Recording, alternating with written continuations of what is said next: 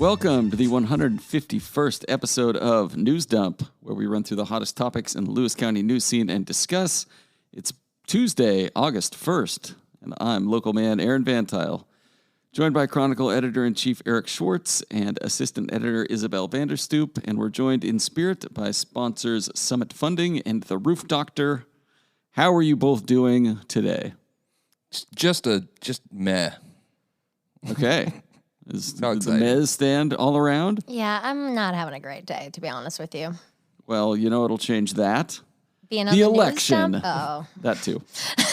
I keep forgetting elections are tonight. Not gonna I lie. know, I hope I do I too. don't forget it again before now and 8. I mean, I'll 8:15 still PM. be here when they start, so that'll be fine. Today is an election day. The unofficial results for the August 1st primary will be available on the auditor's office website tonight at 8:15. If you are listening to this before then, great. Otherwise, disregard. There will be stories all over cronline.com. And also, the Best of Lewis County nominations are now open. Do we have any timeline for that? Oh man, we do, but I don't have it in front of me, so of course you ask. The event is scheduled for the second week of August, or October, yeah. I mean. Okay.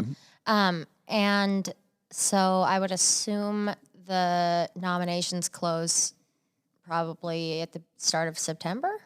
Yeah, I think like- that's about right. Like nominations open for August, voting open in September. That's just a guess. Oh, here we go. Nominations end August 10th. Oh. Voting starts August 24th, and voting ends September 7th. Oh, you And better get then, those nominations in. Yeah. And then it will, the event will be October 18th at a location to be determined. Ooh. And then the October 19th paper will have the special section with all the winners and finalists. Cool. Exciting. Do you want to discuss the Chinook Observer Pacific County Sheriff thing at all? Sure. I guess yesterday, it was late last night, the Pacific County Sheriff's Office, which isn't really our coverage area, but we bleed over on State Route 6, I feel like, Aaron. You're the guy. It's a little bit. I mean, we cover out to, Francis occasionally for Schwingfest and things of that nature. Yeah. We cover PL, Willapa Valley. Combined sports. And so, Pacific County's, it's edging in, much like Grays Harbor County a little bit. And as far as recreation goes, basically, if you live in Chehalis and you want to go salmon fishing, you're going to go out to the Willapa River or the Cowlitz or maybe drive a long way, basically, right? The opportunities for going places are abundant in Pacific County, so it's definitely still local as far as people who are there. You know what I mean? Yeah, I mean, locals often go to Pacific County. Sure. Having said all that, last night, the Pacific County Sheriff's Office posted, effective immediately and until further notice, the Pacific County Sheriff's Office has made the difficult decision to discontinue all formal and informal communication with the Chinook Observer. That's the main newspaper out there, at least the most credible in my mind. This decision was not made... Shots fired at the Willapa Harbor Herald. Shots fired, indeed. I'll say There's it. actually not a comparison there. I would defend them as well. This decision was not made lightly and comes after months of sincere efforts to establish a professional relationship, and it goes on and on and on. And on. Do they list why? Yeah, I mean, they do. They have reasons. They're not too direct in what the recent one was. The only specific thing they referenced was something I believe happened last year, a bomb scare of some sort, where I guess the Chinook Observer was incorrect in their breaking news report. But I don't know. So last night I was manning the Chronicle Facebook page, and I saw it, and I felt like supporting the Chinook Observer. We've recently shared an investigation that they did about a woman who died in the Pacific County Jail, which is under the purview of the Sheriff's Office. I won't go into too much detail about it, but that was investigated by the Lewis County Sheriff's Office, and one of the reasons that we wanted to do that story was because one of the people who was very close to the woman who died reached out to us and wanted a story in the Chronicle about it because that's the newspaper she reads and she's local. So certainly someone dying one county away in jail affects people here. So I I just wanted to reiterate the fact that this is definitely a local thing. Right. And I guess my main point with that, and people can go to their Facebook page, I'm sure they issued a press release as well, is it's not a good look. Like 1 month after there's this bombshell report that the Chinook Observer did, which is they're a newspaper that swings well above their weight class. They always have since I've been around anyways. Yeah. It's not a good look to cut off all communication with them after they do a report on how someone died in your jail, for one.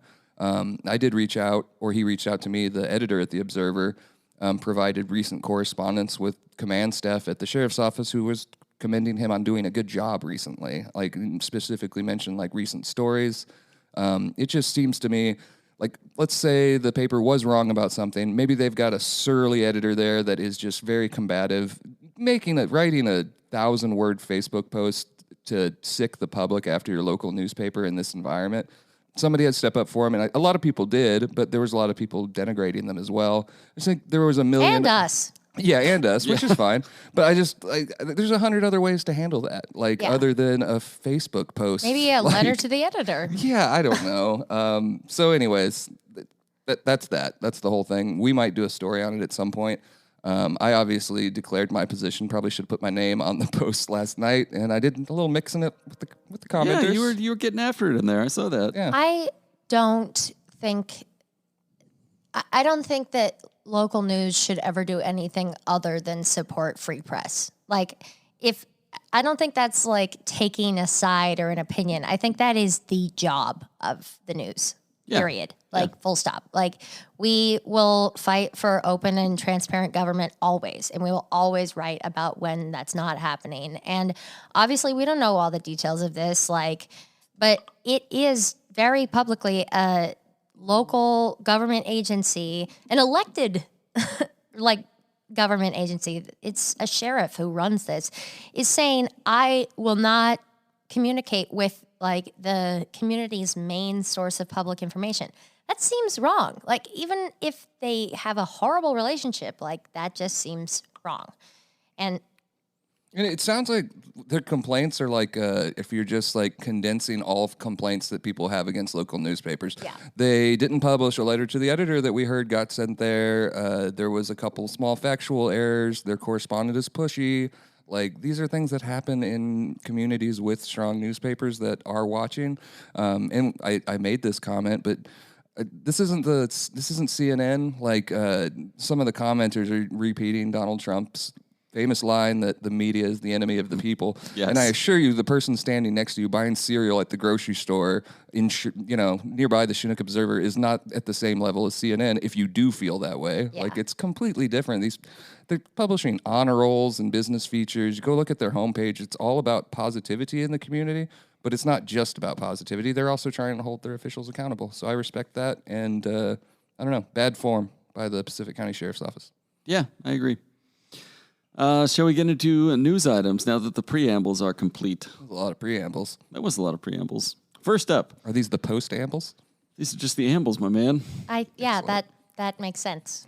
First up, residents speak out against creating book rating system proposed by Lewis County Commissioners. Before we go into this, I just want to say that this is an Olympian story. It is. I listened to the Timberland Regional Library meeting, and I came into the office on Wednesday morning Friday morning, I think, to write about it.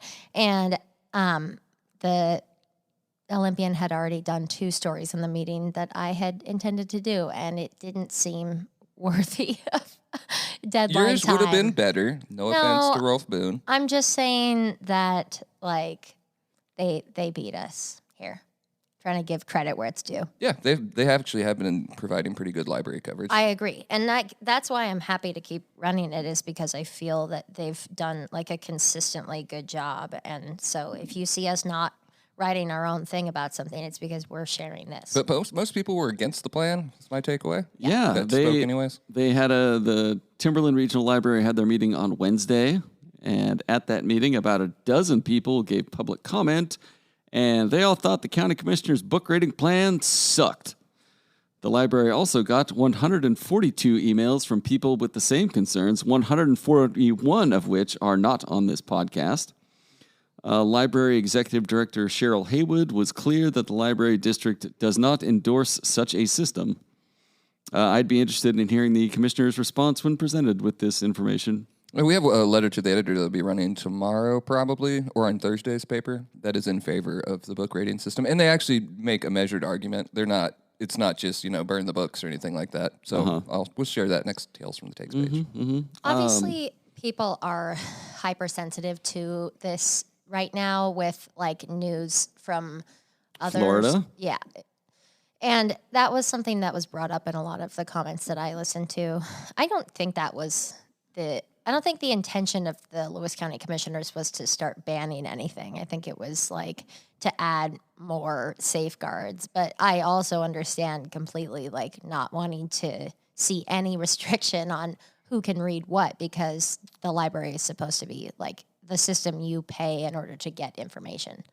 Yeah, but just the act of suggesting any kind of rating system is going to come with the stigma that the things that are being rated poorly are carrying a certain type of content. And especially when you loop in who is making the recommendation on this and their recent Facebook posts and things of that measure, it's pretty tough to take it at face value that this is just strictly about like, well, we want to protect our kids from a book with a gay guy in it.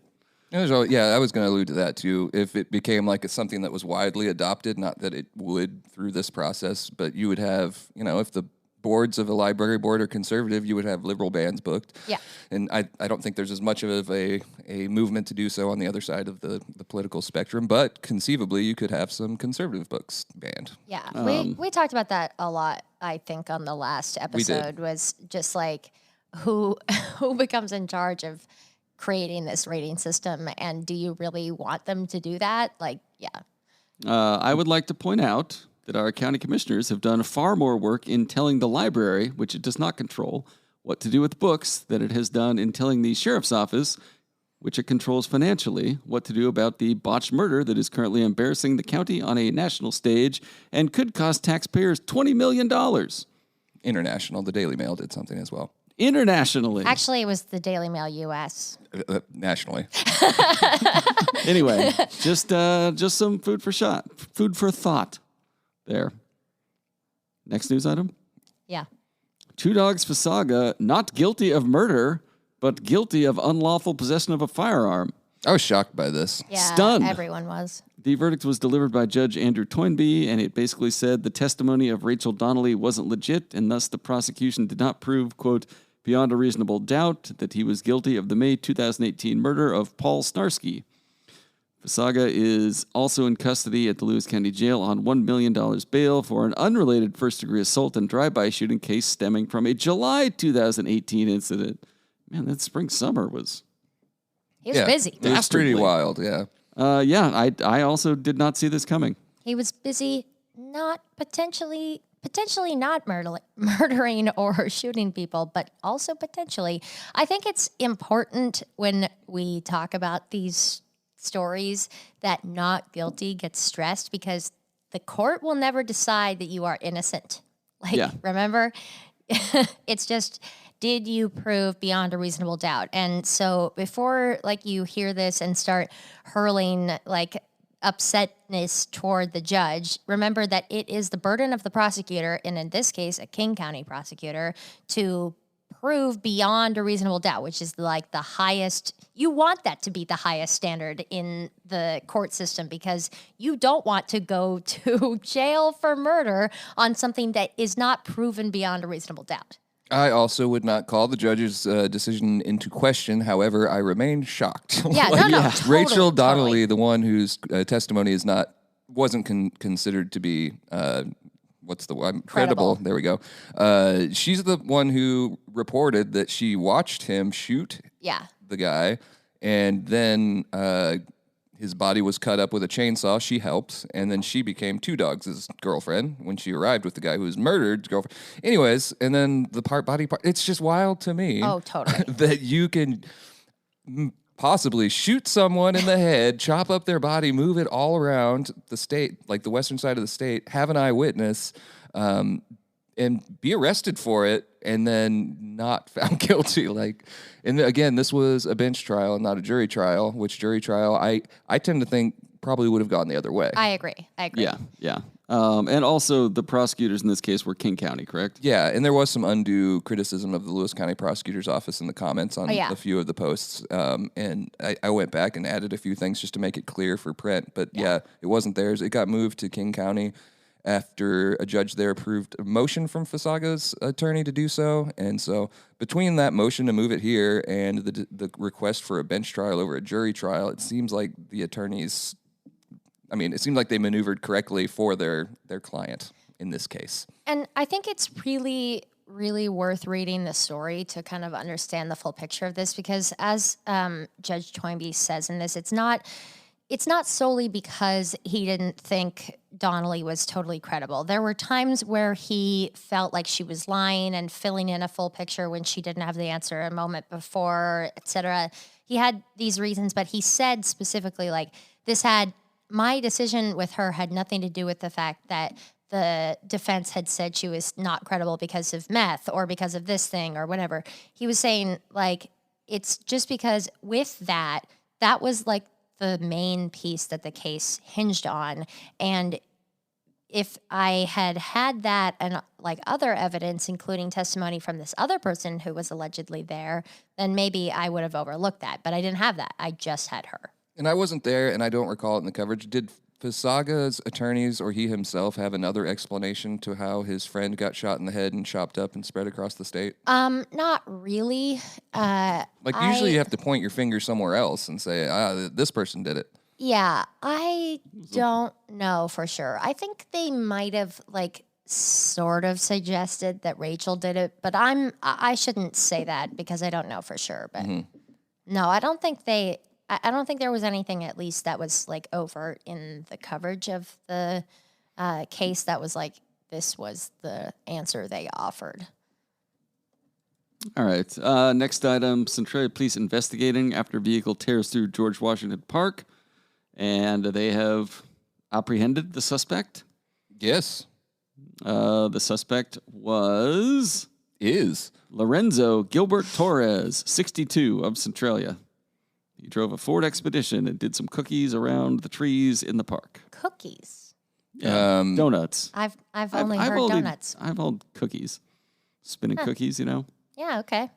He told Judge Jolie Yeager, I had a moment and I'm sorry for what I did. Oh, okay. Shouldn't have done it. It's a good opportunity we have a video of it. I didn't embed it with this post, but we have it on our Facebook page and on previous stories on this. Chad Taylor, our owner and publisher, dropped by, as he often does from crime scenes, to put his drone up and get something from above. And spontaneously, this woman who was in the park came over and started to talk to him and wanted to explain what had happened. And she gave her name as Star and said she had been sitting on a nearby bench when it happened and that somebody could have got killed. She had some pretty powerful quotes in there. But the video was really striking to me because she was very direct in speaking about why she was there. She's homeless.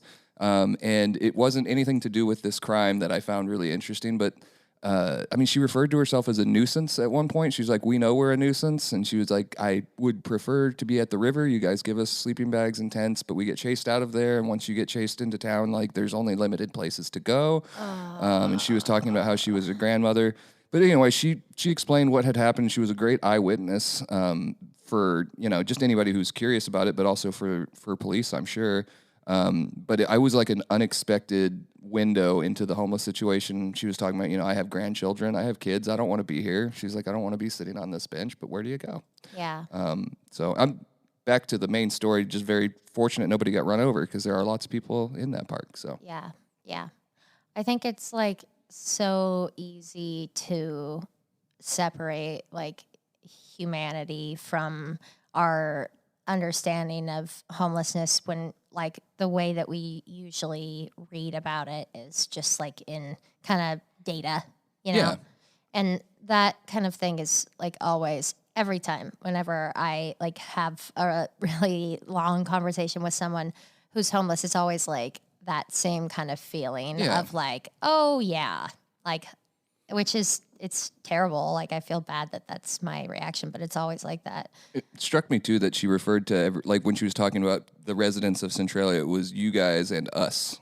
She was talking two different societies, and I don't know. And a lot of these things are they're obvious that that homeless people would think like that, but I just thought she was a fine representative of the community in explaining why she was at that park when a lot of times it's just, there's a bunch of druggies at the park is what you hear. Yeah. And she didn't strike me as that. Well, since we're talking about homes, we might as well what a segue. Also talk about who puts a roof over your home after getting you a free estimate. And that is the roof doctor. Oh, I thought you were going to say the roof nurse. Is that a joke? Yeah. He didn't go to 7 years of roof school. I see. The roof RN. There we go. Is your roof under the weather? The roof doctor can tell you, and they are awaiting your house call. You know what you can get from the roof doctor? Free estimates? Goddamn free estimate. I heard a advertisement on the radio for the roof doctor today, which is fine. It's fine. Mm-hmm. We're not hurt by that at all. But they were offering $500 off a new roof. I don't know if it stands here, but you should ask Use about code NewsDump. it. For should. $600. I was just going to say that. I was just going to say that. The roof doctor has all of your family or business roofing needs covered, from new roofing to repairs, cleaning, and emergency jobs. Their expert crews will get the job done and make sure your roof has a clean bill of health. Visit theroofdoctor.com or call them. You can either call 360-352-1294 or 360-736-0246 to reach a roofing expert. I just remembered that I had an apple from a nearby tree fall on my roof recently. Will that keep the roof doctor away? Absolutely not.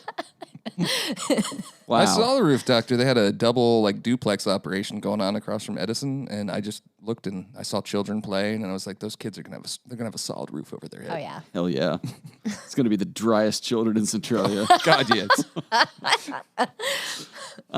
We are at something of a divergent point here. We can either discuss candidates for tonight's elections, which are kind of going to be... I feel like that's all by the time we're done here tonight. Yeah. Just go to chronline.com by the time you're hearing this, probably around 8:30, 9 o'clock or so, and we'll have stories up there. Why don't we just kind of very briefly go over... I don't think we're capable of that. No, I was going to say very briefly go over the races that we'll have coverage on. That's it. There's a few. There's the Centralia City Council at-large position. Steve Hubbard, Chris Brewer, and Russell Barr are in that. Go ahead and read that quote because it was pretty bomb. Stephen Hubbard is a true takesman. He ran in 2021 and lost. He says, quote, "In this town, if you're not part of the Economic Alliance of Lewis County or friends with anyone on it, Richard DeBolt, Chad Taylor, Todd Chappett, or Sean Swope, if you're not one of their friends, you're not getting into office." He named names. He did name names. I would like to clarify. I don't think being friends with Sean Swope is going to help you get into office at this point. I don't know. It's just his opinion. Yeah, it's just one man's take. As is yours. That's true. Oh. Other elections, 3 candidates going for an open Morton City Council race. I don't know who they are. Because you're just reading the headline, not because we didn't report it. Right. Yeah, I will read headlines from stories that are available on chronline.com. Lewis County Fire District 6 Commissioner position number 3. There's a story on that. 3 candidates up for a Winlock City Council position. Sounded like there was some difficulties getting a hold of a few of them. Centralia City Council position 2 at-large candidates is open. I think there's a lot of those, aren't there? 3 again. Anthony 4. Ahrens, Joyce Barnes, Kelly Smith Johnston, and Leah Dayrude. There you go. That was pretty interesting. See how that shakes out. There's a lot of dynamics in that one. Yeah. And then the Centralia School District Director, District 5. There's some people in that one, too. Isabel, I'm going to mute you. Don't talk. Oh, you mean Chehalis. You said Chehalis, yes. Jay Vanderstoop is running for this. I believe he is the incumbent. He is. Julie Bamelli Pow. I asked you to... I'm sorry. I'm trying to help. Quiet. Matt Fagerness. Let us be incorrect. and Anthony Mixer are also running for that one. Interesting bevy of candidates. Bears repeating. Top 2 candidates move on to November. I know you said it, but still. By the time you listen to this, you will likely have a good idea of who those top 2 candidates are. Who are the 2 candidates for Thurston County Commissioner in the new district? Wayne Fournier, Vivian Easton. They are competing tonight for the who's going to be ballot. first in the general election, and I kind of think we should report that. Yeah, that's fine. Easton to top the ballot after, pummeling Fournier. Yeah. Something like that. Do you guys want to talk about some things going on the eastern side of the county? Perhaps. Yeah. Perhaps with I a forgot all about former that. police chief? We can break that news just like we did TikTok's demise. The Criminal Justice Training Commission has released their report on the investigation into the the resignation of Roger Morningstar and the concerns that led to his resignation. I think completed their report is a more accurate term. I don't know. This was obtained through what's now public information, but thanks to a source who sent it to us. Okay. So I'll just say that.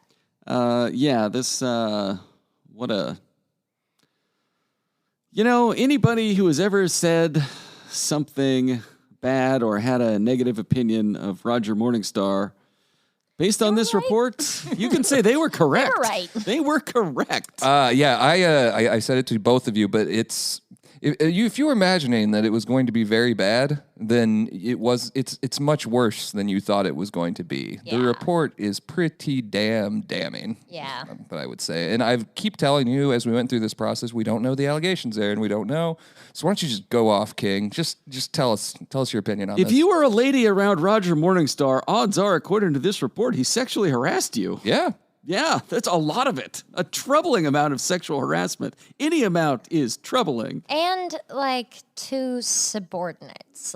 He used his position of power to coerce sex from coworkers and women and not just Morton, but every police job we're aware that he's had. Sounded like he might have faked his own references to get a job. It was being alluded to. Strongly alluded to. Do you want to just screamed at a child who was reporting a sexual assault case in Morton? Also true. Yep. It was in the report. Yep. Did a lot of bad shit. Not great.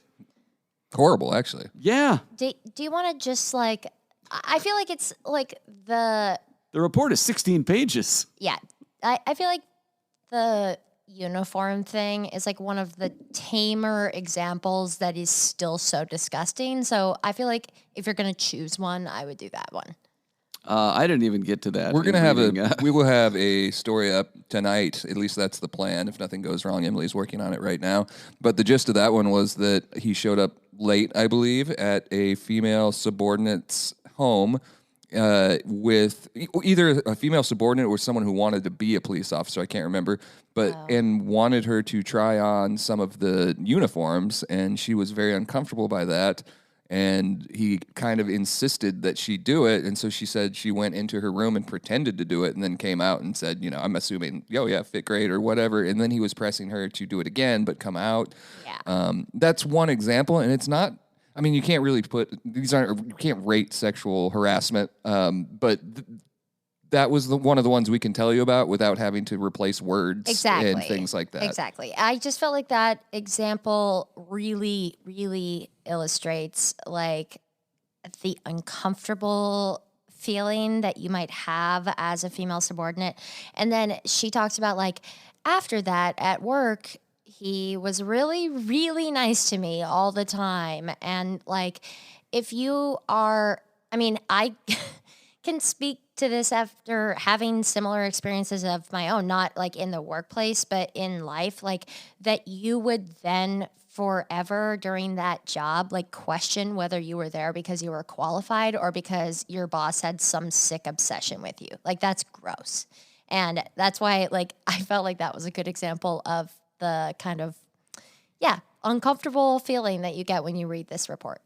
And then, we can move back to the sexual harassment if we need to, but the other huge one, which if standing on its own was the only complaint, would be front page news. Yes, yeah. Is he didn't handle the sex offender trying to access a woman's home in Mossy Rock, I believe, walking up and jiggling the handle and then being really creepy when he talked to the woman who lived there. And it's this person that Level 3 I know sex his name. offender. Even I know his name because he's so well known as a sex offender around here. Yeah. Rep Freeze. And then he didn't do anything, and the Lewis County Sheriff's Office comes and they were like, yeah, you have a right to be concerned about this person given his history.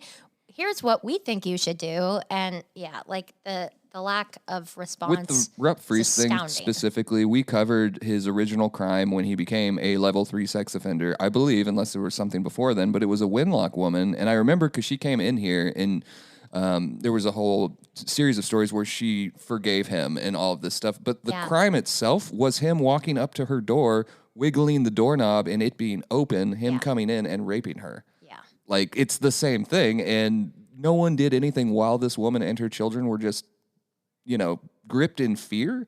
Yeah. Like, in your reasoning is he didn't enter the house, so it's not a burglary. So level 3 sex offenders in the mind of Roger Morningstar can walk up to the door of your home and check to see if it's open. And that's not a crime. So I know you've had your words for the Lewis County Sheriff's Office, but I am happy they stepped in this situation and made sure it was taken care of. And now the state attorney general is trying to get this person committed to McNeil Island. So and was like, we'll probably have to keep covering that for sure. That was an interesting thing. But I mean, and the Lewis County Sheriff's Office is like, no brainer.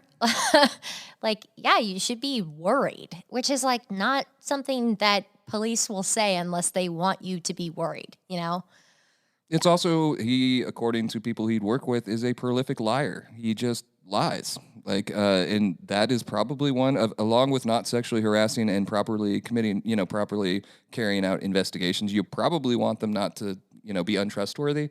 And when your own employees, as soon as they're approached by an investigator, are like, oh yeah, he lies. Like, I don't know. Part of me feels bad for giving him the benefit of the doubt. I'm always going to do that because you can't do anything until you've had an investigation.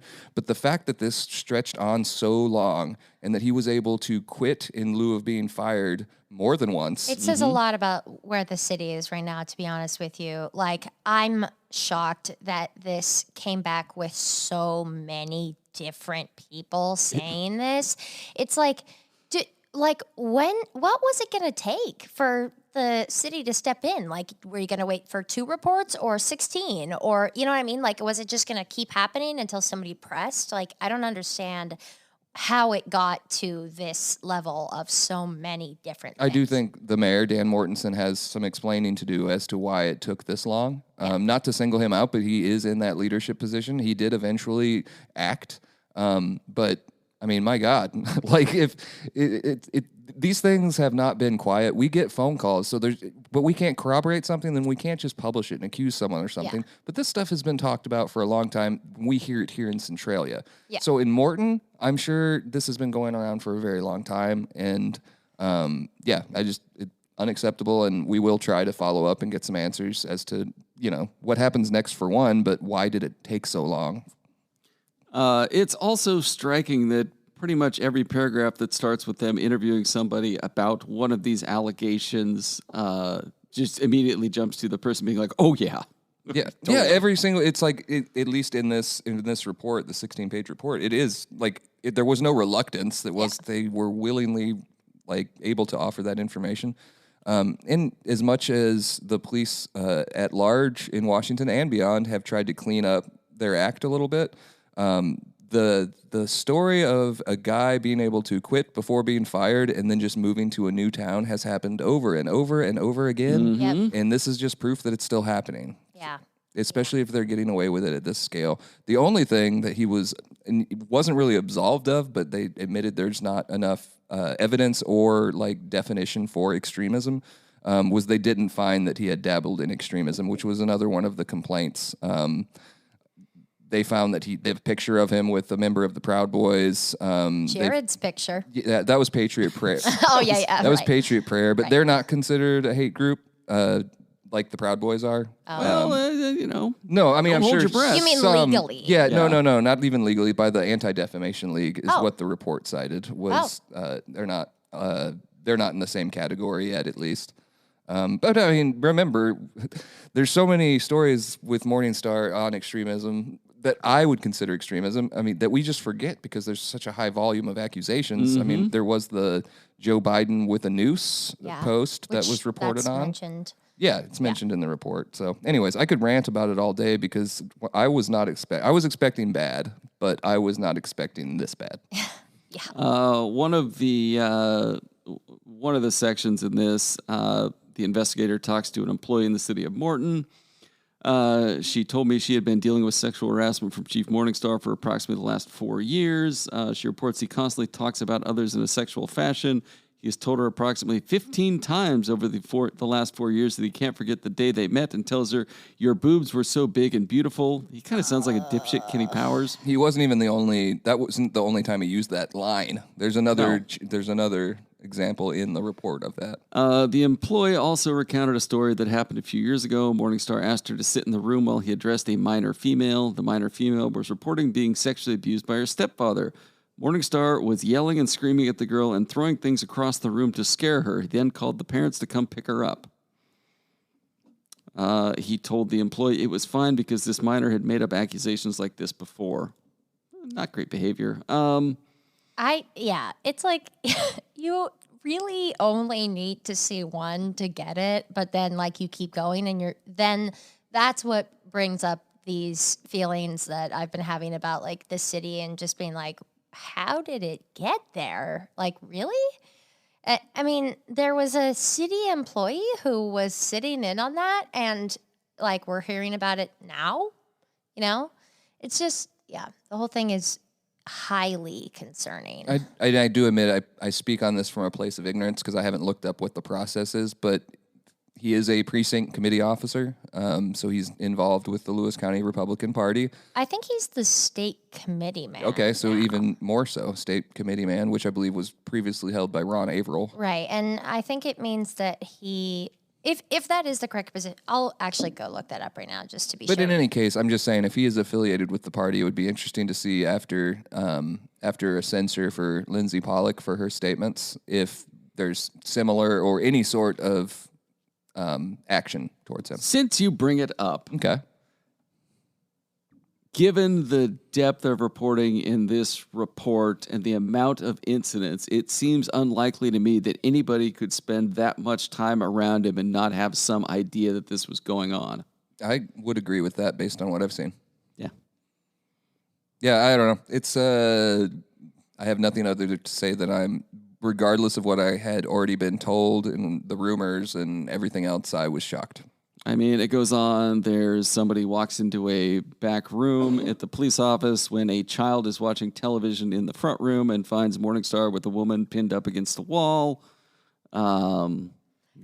It's... We'll try to get the full report on. There's 16 pages of this. With the story. Maybe Isabel can help me with that. The PDF.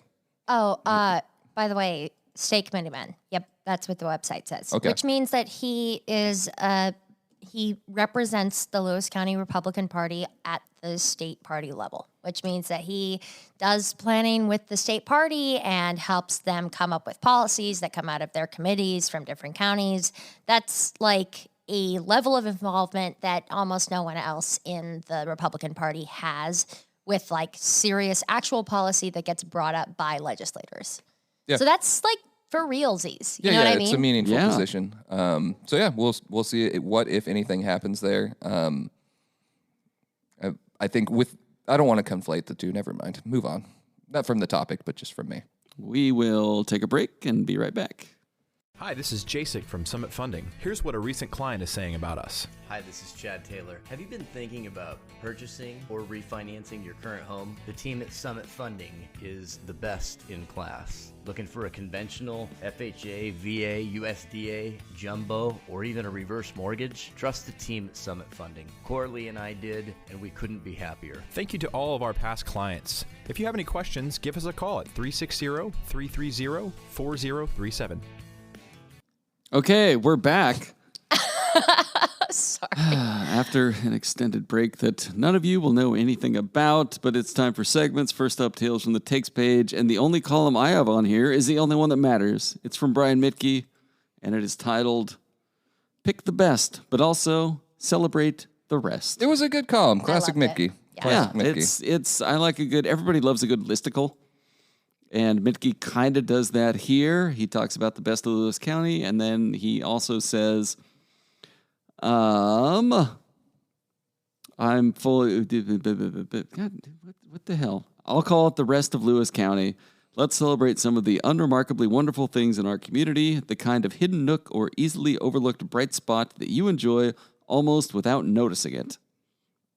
And so he's got a few for Chehalis.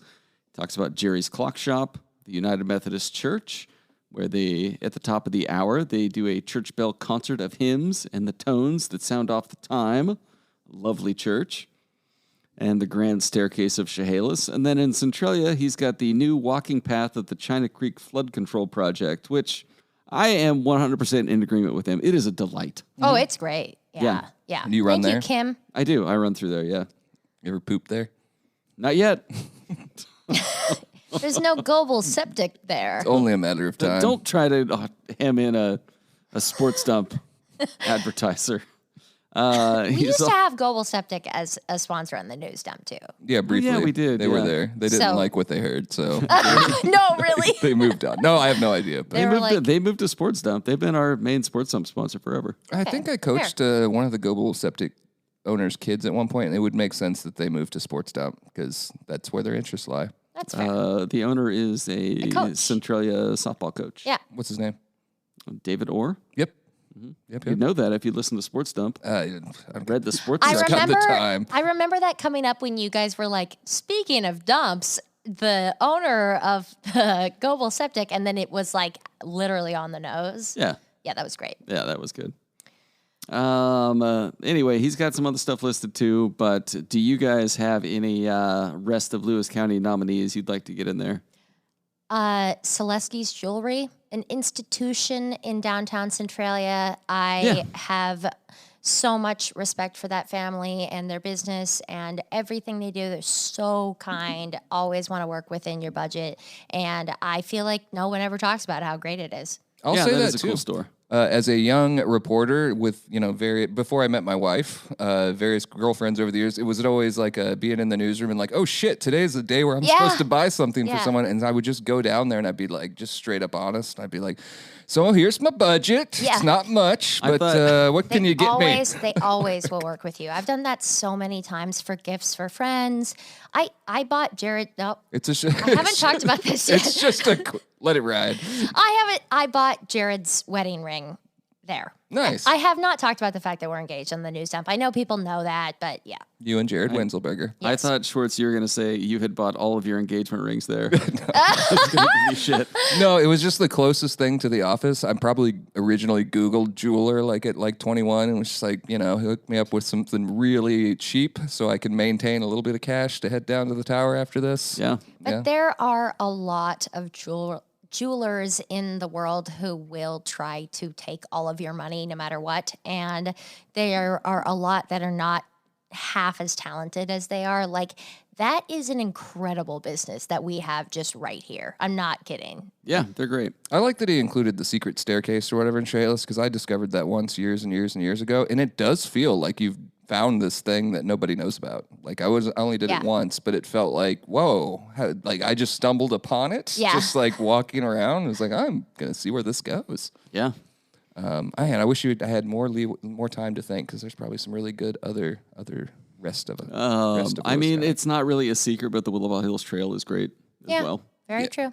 Yeah. Especially the further west you get What's on the it. park in Adna area? Rose the hill? Park. Rose Yeah, Park. Rose. I would It's not. count I that. don't know that it's really like open. No, it is. They installed new playground equipment there Yeah. last April, and they refurbished it. I haven't been back since then, but I recall, again, early 20s going up there and being like, well, I had no idea this was were you here. doing up there? So I don't remember. I just remember thinking it was a very cool property, and we had driven past it many times going to cover 2007 flooding, and you never turned off and didn't know it was there. And They have a short, like, quarter, half, or 3/4 mile fitness trail with like a pull up station, like a sit up station, and all these different, like a rope climb and shit like that. It's really cool.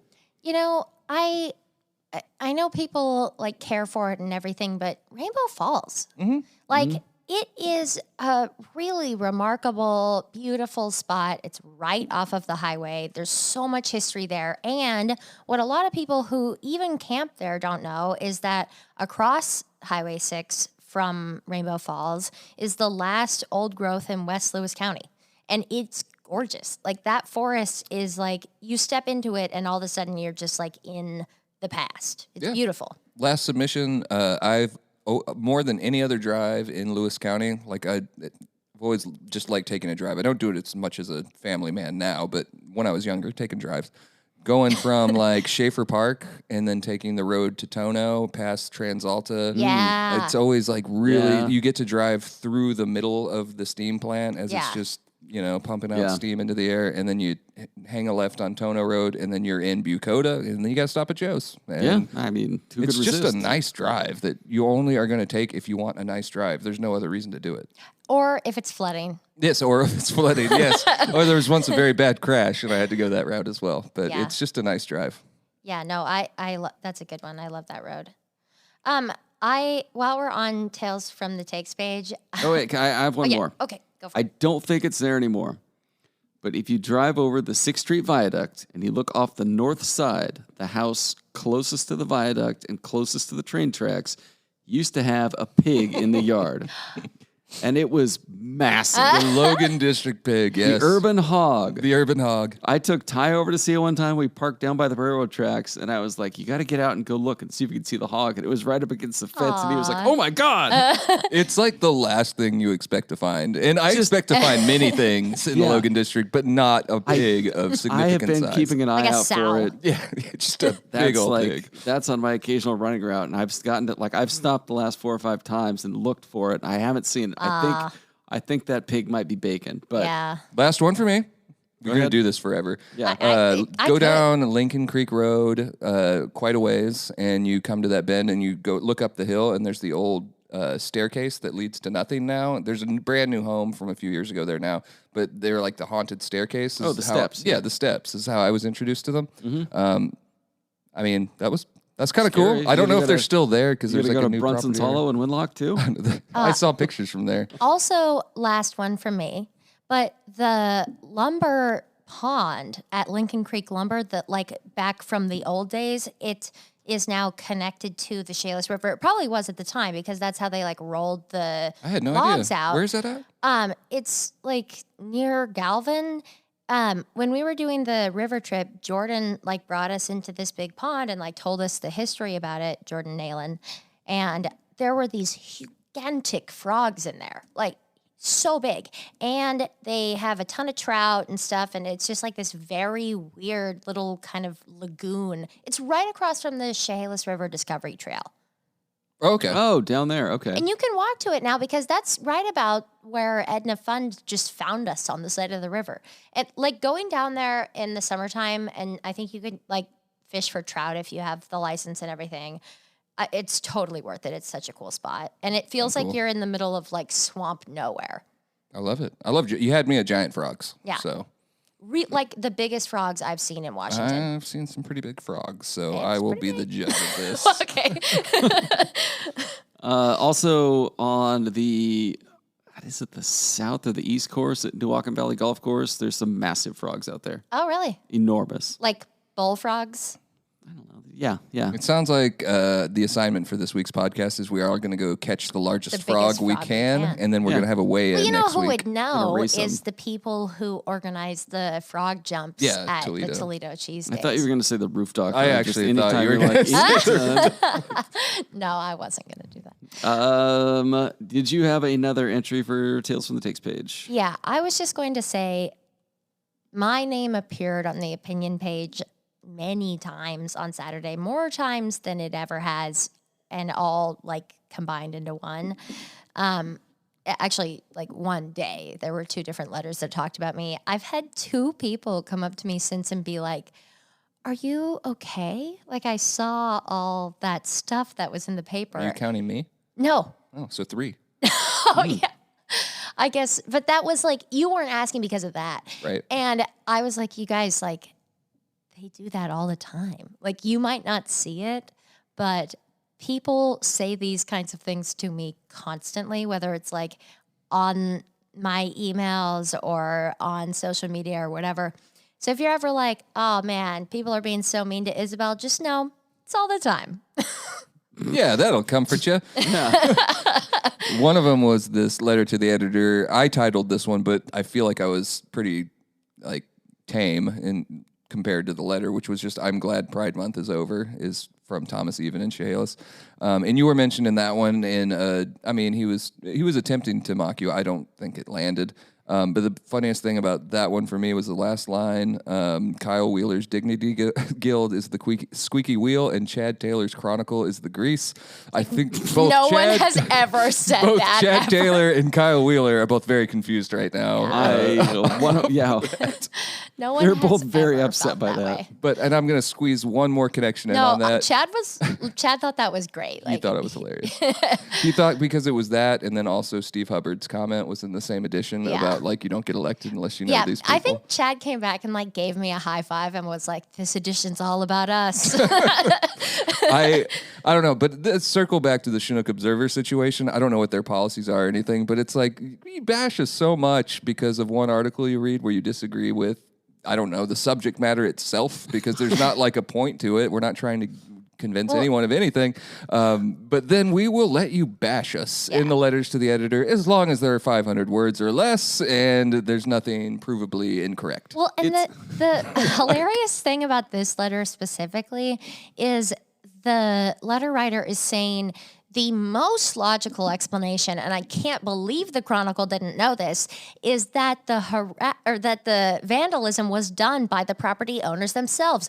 Duh. Yeah, you know about Jesse Smollett? It's like I will come up with this one example and tell you why you're an idiot for not knowing this obscure thing that maybe could have happened, and I'm going to tell you that it is the most likely explanation for this thing that you're reporting on. It's just wild to me that so many letter writers are out there reading a headline in the Chronicle that just says it is Pride Month and responding, "The fuck it is." Basically, yeah.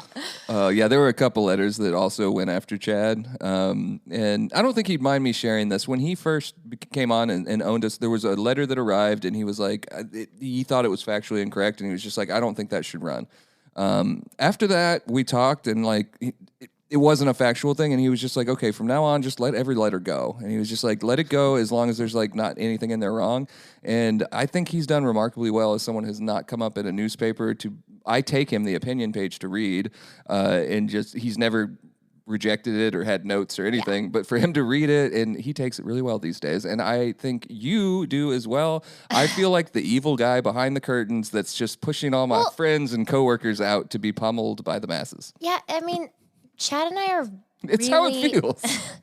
Chad and I are really similar in that sense too, that we're both very sensitive and we both like really care about the community and the paper and like kind of the organization as a whole. And like somehow we're both able to put that aside because we like really appreciate the integrity of a paper that is willing to print anything anyone writes about it.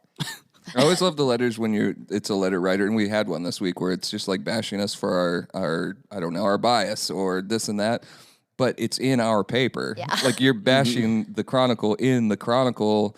At some point, the math doesn't work out as far as what you're saying.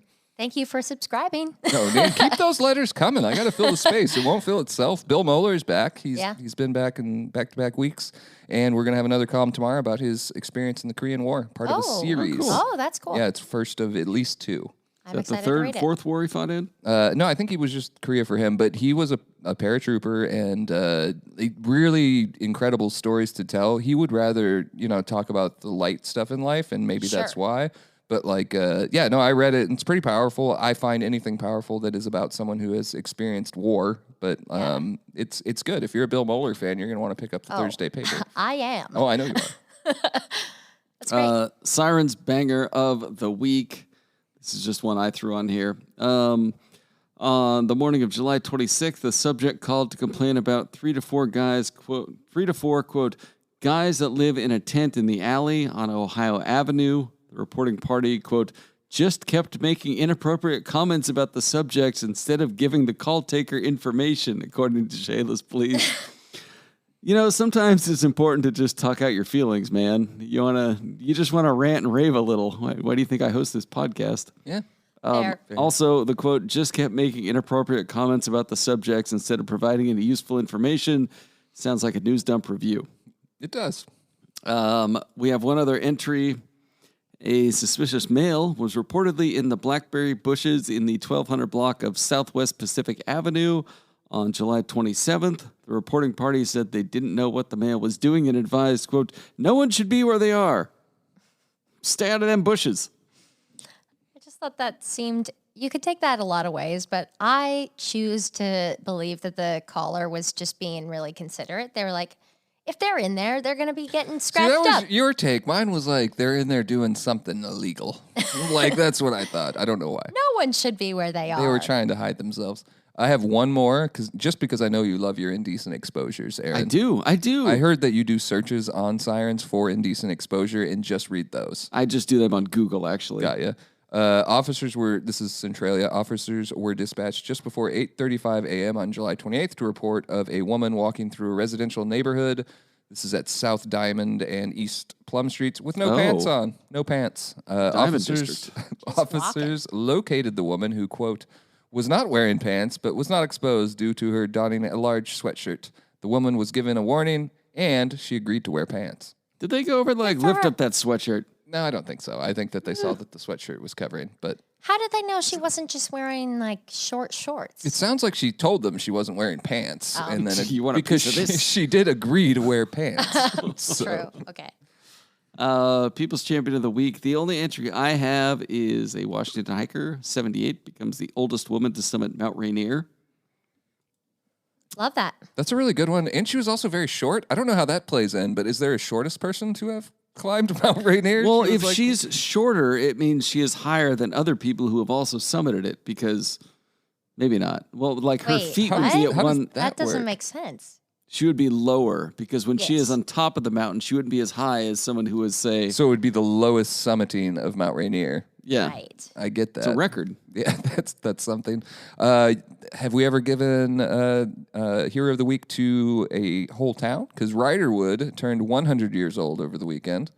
Not all the people of Riderwood simultaneously, but the town All of them itself. simultaneously turned 100 years old. No, yeah, the town is 100 years old. And I know it was a quick hitter, but I asked you to write up a little anchor to go with Jared's photos for that, and it was good enough. Like, I was just like, no, it's gonna go on the front page. It was really good. I spent some time on it. I wanted to, like, make it a good representation of what this place was. And it's such an interesting history and such a unusual place. I mean, no other place is quite like it. So. Yeah, a bunch of olds got together and were like, "Fuck children."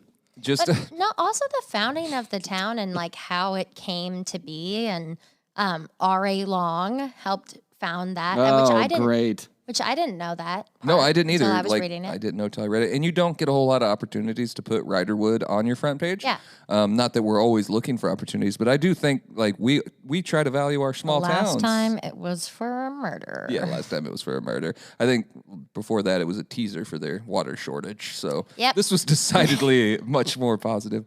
So that's my nomination. I haven't really looked though. I want to squeeze this in for anyone who might want to go.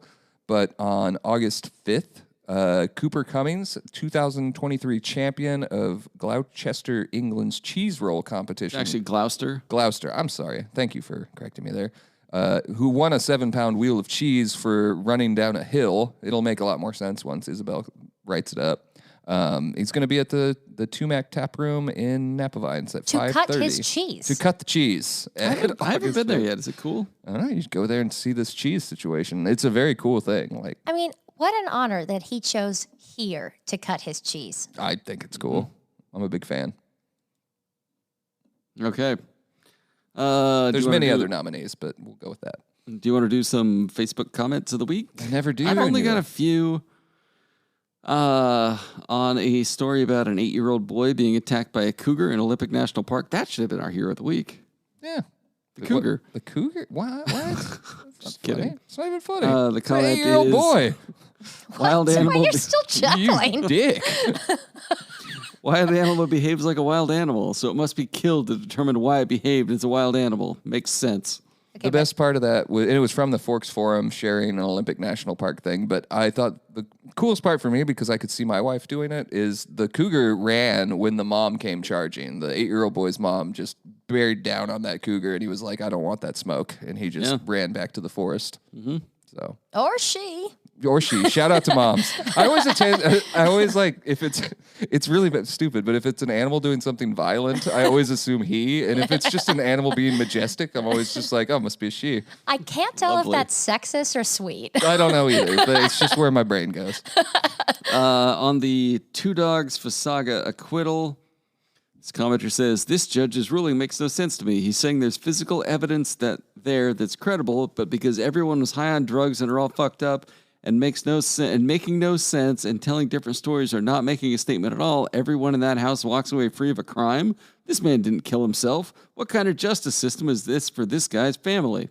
I understand the frustration, but that is not what the judge said. That's not saying, he did not say like, oh, but everyone was high on drugs and therefore I can't make a good ruling. Like, and also the idea that Rachel Donnelly absolutely won't face charges, that we don't know that. Yeah.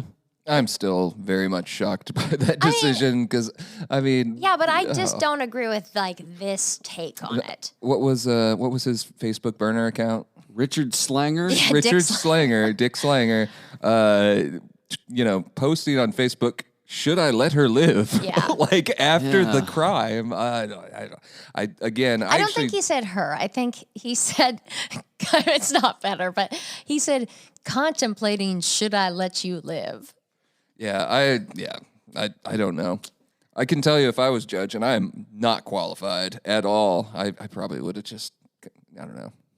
I do think that's got to be like the hardest job in the world, right? Yeah, and we have never had any reason to criticize Andrew Toynbee. Not that it's our job to criticize him, but there's never been any question, and he seems to be a very dedicated judge who takes part in many different aspects of the criminal justice system, even those that are kind of, secondary to the actual system, drug court, that kind of thing. Yeah. So there's no reason to doubt him. I bet you it was something we joked about him going through his everyday life and thinking about this case, but I bet you it weighed heavily on him. Hey, you act like being a judge is like the worst job in the world. I didn't say that. I didn't say that. I said it's got to be really difficult. hard. I said it's got to be one of the hardest jobs. If in the you're world. doing it right and you're not like trying to be a populist judge that's doing what you think everyone else That's wants you what I'm to do, it would be a difficult job. I know that for me, like with stories that I really care about, I at times will be up all night thinking about how I need to frame it and like really be super accurate. And like those ultimately will not have like a significant impact on a person's life most of the time. Now, if I were a judge who were trying to decide whether or not to potentially put someone in prison for life, like, I mean, come on, like that's got to be one of the hardest jobs ever. Yeah, I mean, Second only to editor at the Chronicle. yeah, absolutely. Or assistant editor at the Chronicle. No, I'm saying like I don't think my job is that hard, I get and your point. I still will like stress out. I don't know. I just think like the consequences of the decisions have to be so heavy. I mean, yeah, but at the end of the day, you're sitting up on a pedestal and people come before you and you're like, God, this guy sucks. I don't think that he feels that way at all. I've interviewed Toynbee about like what's the most important part of his job to him, and he said like sentencing is the one opportunity that I get to like insert my own opinions, and like I value that time where I get to say this is what you should do and this is what you should think about. And like he has had lots of people tell him like those words you said changed my life, and like that's why he continues to do it. Yeah. Like I really believe in it. It doesn't like help. I do have like biases. I've known the Toynbee family like my whole life, but like I really do believe in his integrity. Yeah, I'm not saying it's not like a difficult job from that aspect of things. I'm just saying, like, you ask the guy digging ditches, like, hey, you want to be a judge? It's really hard. They're going to be like, hell yeah. And if you ask Toynbee, hey, you want to go dig ditches or keep being a judge? You'd be like, ooh, this robe is pretty comfy. Next comment on Mitke's The Rest of Lewis County column. This commenter writes a long bit about loving Brian's outlook and how they're not able to wait for the rest of Lewis County. He writes, thank you, Brian. Well, they read. I'm not sure who wrote it. Oh, and I love that you've included the surrounding areas because the line on a map doesn't make it a wall and that we can't include our neighbors. And then the next commenter says, keep it in the county. We don't have a casino here. It shouldn't be a category. It's like I always hear people get worked up when local organizations hold their big event at like Great Wolf Lodge, and then the criticism's always like, "Oh yeah, give them your tax money," and it's like I don't know. I talked to somebody today about this. South Thurston County shares a lot more in common with Lewis County than it does with absolutely with Thurston County the north. I'm sure you guys remember that when the Great Wolf Lodge was first like coming around, everybody said, "Oh, it's just going to turn into a casino." Right. The reason that it hasn't, the reason that it hasn't is because there was a deal that said it never would. But the other thing is the tribe like knows and values that its customer base is local taxpayers and people who are traveling here to spend their money, and that helps everyone. Yeah. Period. I always hate that. I do think that we should allow, and I think we do, but that the best of Lewis County should include South Thurston. Well, there is the casino category, and I agree. Yes, it is not in Lewis County, which is part of the whole thing, but it's also like that's the one that you go to. I mean, it just comes down to it's a little unwieldy to have your title of your contest, Best of Lewis County, and then in parentheses, and also portions of South Thurston County.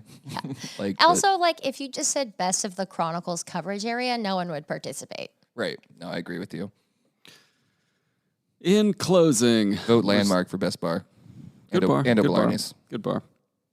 We're sponsored by Summit Funding and The Roof Doctor. Leave a review and rating on Apple Podcast if you want. We had a recent review. I voted for the Big Bottom Roadhouse. Oh, that's fair. That's a good one. Yeah. Our recent review said, of all the dumps in Lewis County, and there are many, this is probably the best one to get your news from, unless you can get it from a tire pile. Thank you. Love that. Reviewer. So colloquial. Yeah, I think get it. Anyway, that's all. Enjoy the election.